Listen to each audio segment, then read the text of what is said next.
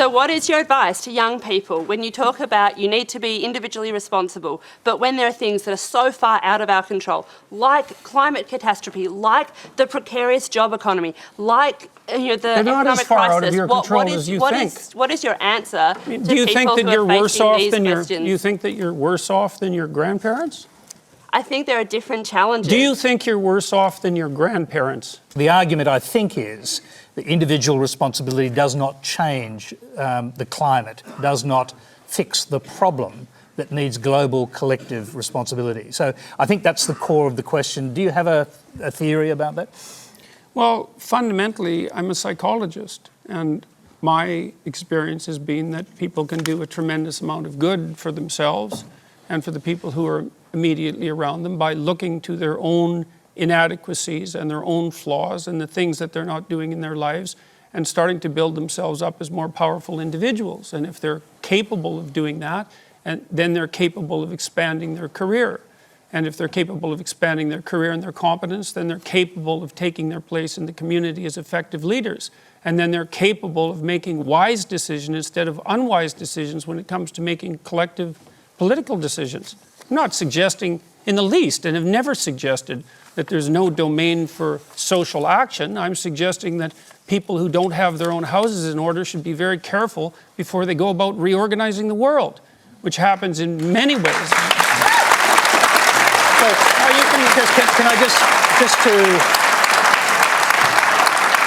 if a young person believes that the climate, the global warming problem on the climate is something that needs to be tackled quickly, and they can't wait until they grow up and become prime ministers to do it, do you think collective responsibility overrides individual responsibility in a huge issue like that? No.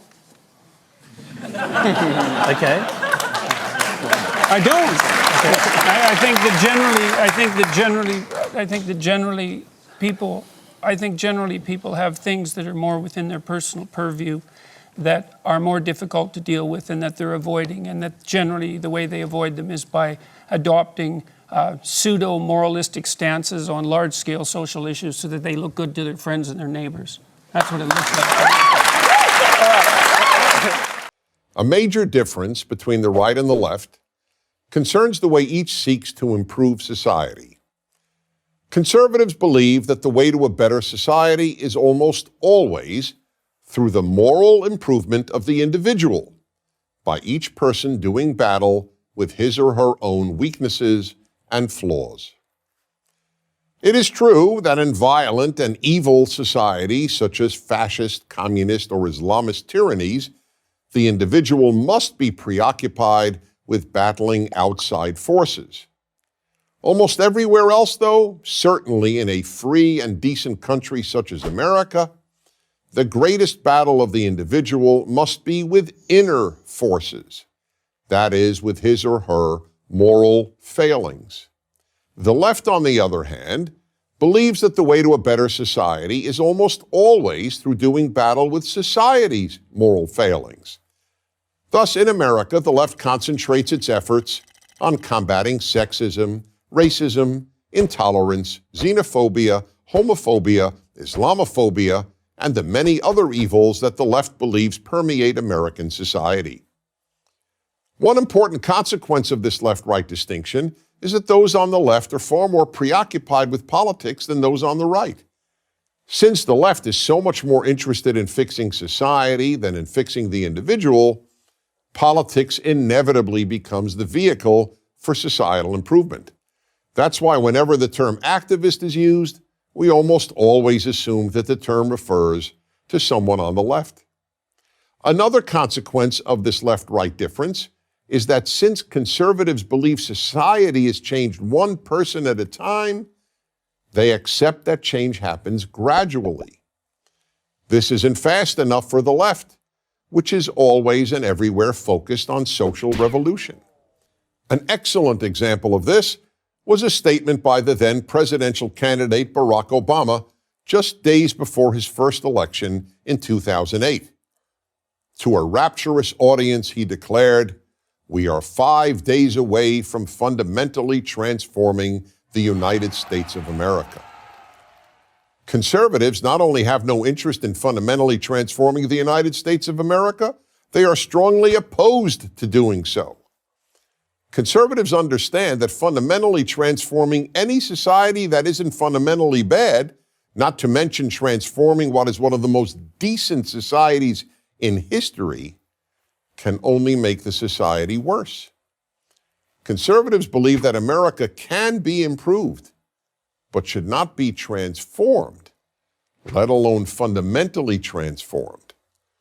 The founders of the United States recognized that the transformation that every generation must work on is the moral transformation of each citizen. Thus, character development was at the core of both child rearing and of young people's education from elementary school through college. As John Adams, the second president, said, "Our Constitution was made only for a moral and religious people. It is wholly inadequate to the government of any other." And in the words of Benjamin Franklin, only a virtuous people are capable of freedom. Why is that? Because freedom requires self-control. The freer the society, the more self-control is necessary. If the majority of people don't control themselves, the state, meaning an ever more powerful government, will have to control them. From the founding of the United States until the 1960s, schools and parents concentrated on character education. But with the ascent of left-wing ideas, character education has all but disappeared from American schools. Instead, children are taught not to focus on their flaws, but on America's. Social issues have replaced character education. An example is a new K-12 science curriculum, the next generation of science standards, which will teach young Americans starting in kindergarten about global warming. And when they get to college, American young people will be taught about the need to fight economic inequality, white privilege, and the alleged rape culture on their campuses. Ironically, if there really is a rape culture that permeates American college campuses, the only reason would have to be that there was so little character education in our schools, or for that matter, at home. Fathers and religion, historically the two primary conveyors of self-control, are non-existent in the lives of millions of American children. We are now producing vast numbers of Americans who are passionate about fixing America while doing next to nothing about fixing their own character. The problem, however, is that you can't make society better unless you first make its people better. I'm Dennis Prager.